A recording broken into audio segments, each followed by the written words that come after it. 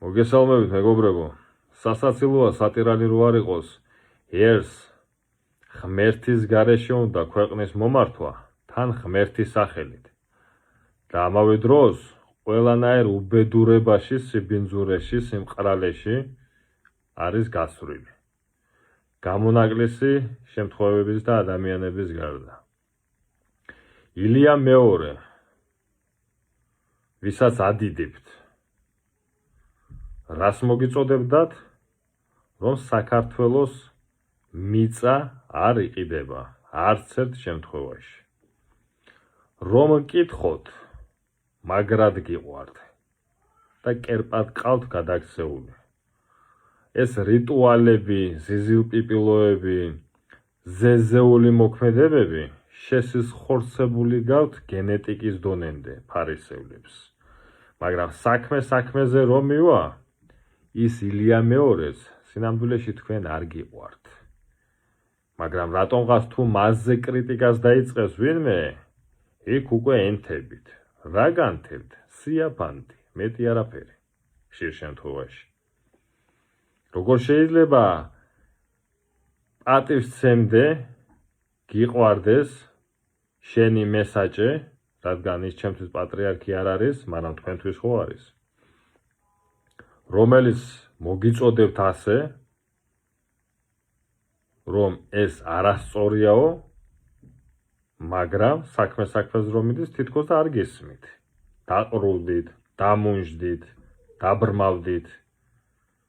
და ეს პატრიარქი, რომლის გამოც სუფრის შიგნით, როგორც კი სადღეგრძელო ეწევა, სხვას უყურებთ, აბა ვინ არ ადგება და ვინ აღწევს პატივს.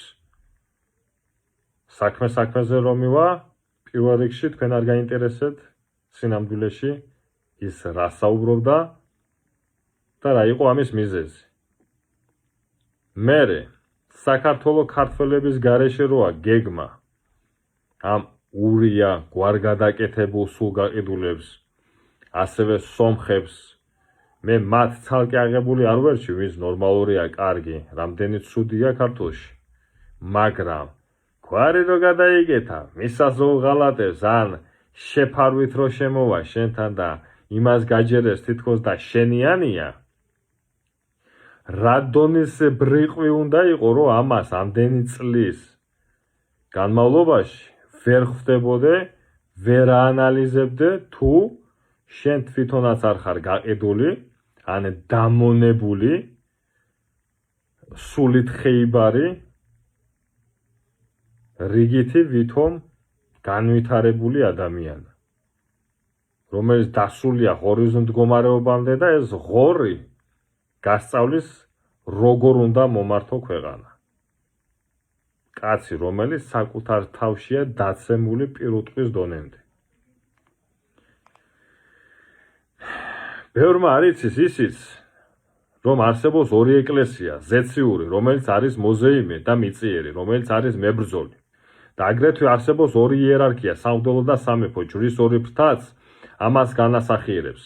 სამღვდელო სასულიეროც იყოფა ორად, ამ ქვეყნიური იერარქია, რომლებიც მათზე ზემდგონს ემორჩილებიან, ანუ პატრიარქი, ეპისკოპოსები, მღვდლები, დიაკვნები და ასე შემდეგ და სულიწმინდით იერარქია, რომელიც ამ ქვეყნიურ სასულიერო იერარქიას არ ემორჩილება და ამის უფლება აქვს. მაგალითად, სალოსები, ბერები, სტარეცები, რატომ იყო რომ სალოსებს უფლება ჰქონდათ პატრიარქი ემხილებინათ, რასაც მამა გაბრიელი აკეთებდა ილია მეორესთან მიმართებაში, მაგრამ ამაზე რატომღაც არ გესაუბრებია. მარტო ის აქვს დაზეპირებული ის ფრაზები, რომელიც მათ აწყობთ. მაგრამ იმის იქით რაც ხდებოდა და მამა გაბრიელი როგორ აშიშვლებდა ამათ საუბრის შიგნით, იქ თითქოს არც არაფერი არ იყო. და კითხვა არ გებადებათ, ამას რატო გიმალავენ? ეს გამჭირვალე ქრისტიანები, ან მეორე მხრიდან დემოკრატები, პოლიტიკური თვალსაზრისით და ასე შემდეგ. ეს თვითნებური გადაწყვეტილებით კი არ ხდებოდა. სალოსობას უფალი მოგიწოდებს, ბერისა და მონაზონის სტატუსის გარჩევას ბევრმა არ იცის. ბერი ნიშნავს სულიერებაში დაბერებულს, სტარეცობა რომ ჰქვია, ხოლო მონაზონი არის დამწყები, მგლოვიარე, როგორც ამას სულხან საბა განმარტავს. ჩვენ ქართველებს, არა მარტო ქართველებს, რა თქმა უნდა, სხვა ქვეყნის შვილებსაც ყავდათ უამრავი წმინდანი, მაგრამ რადგან საქართველოში ცხოვრობთ, აქ დავიბადეთ, აქ გავიზარდეთ, ზოგი აღვიზარდეთ, ზოგი აღუზრდელები ვართ უმეტესწილად, უმრავლესობა, მაგრამ მიუხედავად ამისა, ვინც მართლა ქართველია, იმის ისტორია და წარსული წმინდანებთან მიმართებაში იყო ისეთი, რომ ამ ქვეყანას ცოცხალი წმინდანები არ მოკლებია არასდროს. და თქვენ როგორ ფიქრობთ, ადრე თუ ხდებოდა ეს იესო ქრისტეს შემთხვევაში, ერთი რო წმინდანი იყო ცოცხლად, მეორე, მესამე და ასე შემდეგ, ახლა რა? ღმერთმა მიგვატოვა იმ დონეზე, ან გაგვწირა, რომ თითქოს და ქვეყანაში არ მოიძებნება 5-10 მართალი? ეს იმის გამო კი არ ხდება, რომ ქვეყანაში მართლა არ არსებობს წმინდანი. უბრალოდ ჩვენ იმ დონეზე დავეცით საკუთარ თავთან და დავიმსხვრიეთ, დავბრმავდით, რომ რასაც ჩვენში ვხედავთ, უმეტესწილად ისეთი გონია ყველა.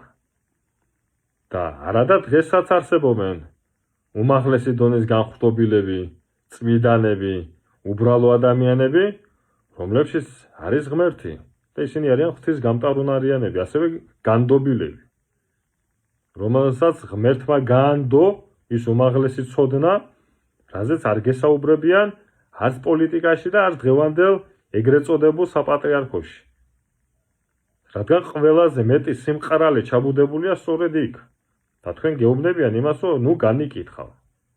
რა არ უნდა განვიკითხოთ ამ გაგებით.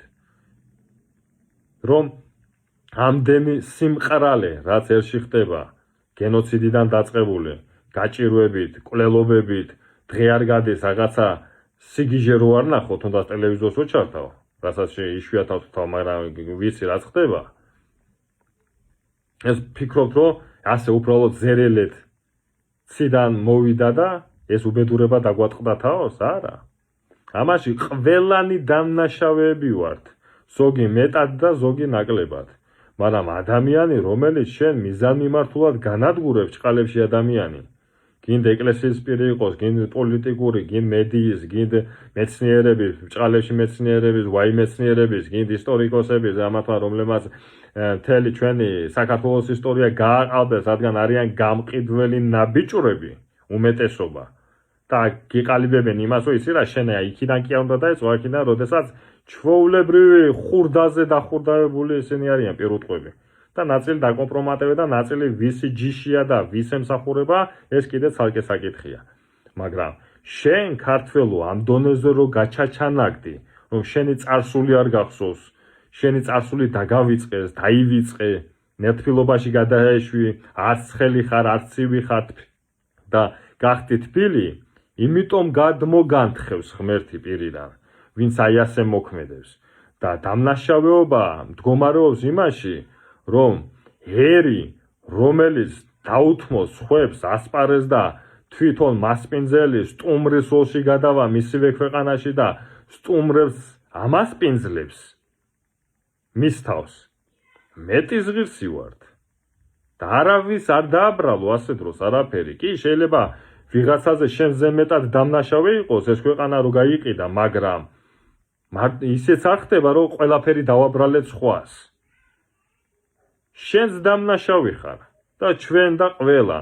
უბრალოდ და გააჩნია რა თქმა უნდა დოზებს კიდე იქ, მაგრამ შენ იქ აგურს გამოასლი, ის რკინას გამოასლის, ის ბეტონს დაშლი და საერთო ჯამში დაგემხობა ეს აქ თავზე. და მე იყვირე ამ მოჭყლეტილში რამდენიც გინდა ესაო, ადრე უნდა გვეფიქრაო. ადრე უკვე უნდა გეფიქრა, ახლა გაქვს სამოქმედო ყველაზე მეტად. ის ადრე რაც უნდა მოხდარიყო, ეს უკვე გასულია, წავიდა ის მატარებელი და იმას უკვე ვერ დაიბრუნებ. მამა აზრით გეუბნები, ადრე არ უნდა გეფიქრა, რა თქმა უნდა, ადრე უნდა გეფიქრე და გვეფიქრა ამაზე. მაგრამ ასე გონია ჩვენ რო იცი რა, ის გააკეთებს, ის უნდა იყოს გმირი, ის უნდა იყოს მაშველი, ის უნდა იყოს წმინდანი, ის უნდა იყოს განხრობილი. და შენ ვინ უნდა იყო? მძღნერი? სჭია? ან ბუზი, რომელიც აზრის ამ ნევს? შენ ვერ ხვდები, რომ თვითონაც ეს უნდა იყოს სინამდვილეში. და ასე არ გამოვა, იმიტომ ყველას მოგვეკითხება ჩვენი წილი, ცოდვები. და ამ ცოდვებს როგორია, რომ უბრალოდ იქ ძელთან მიუვალ ახსარება ჩავაბარე თვითონ ჩვენზე უარესი როზის უმეტესობა იქ. და ის ასე თქვა ჭყალებში გაგირასხოდებს ღმერთთან ეს თუ იმ ცოდებს, ესა ტყუილი. შენ მონანიება თუ შეგნე სერიოზულ დონეზე არ დაიწყე და არ დაიწყე ფერიცვალება, შენ იმაზე უარეს ნეხვში აღმოჩნდები, ვიდრე იყავი გუშინ. პირობითად. და დროა გავიღვიძოთ და ეს გაღვიძება არ ხდება ეს სიაფანდმადიდებლობით. და იმით ენაწყლიანობით და 24 საათის ვიზა ხო ოლოლო და ღმერთო მიშველი გაანძრიე ხელი და გეშველებაო გეუბნება ღმერთი. არ გაანძრევ დედაგეტირებად ერთიანად. და მე ვერავის ვერ დავაბრალეთ ვერაფერს. რაცაც დავთესავთ იმას მოვიმკით. და ის როიზე სულ წყალობა ღვთისა. ღმერთი გეუბნება იმოქმედე, შეიცან თავი შენი, ამოხსენი შენი თავი და ეხმარე სხვებს, გაჭირვებულს და ასე შემდეგ. უმეტესობა რა შეება?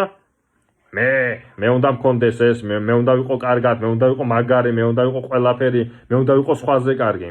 გლური ესა გარ პრინციპი, ესა ცხოველი, ნადირი, კეთილდღეობა. თავისუფლების გარეშე არის ეშმაკის მდგომარეობა საკუთარ თავთან და გარშემოუყოფებთან.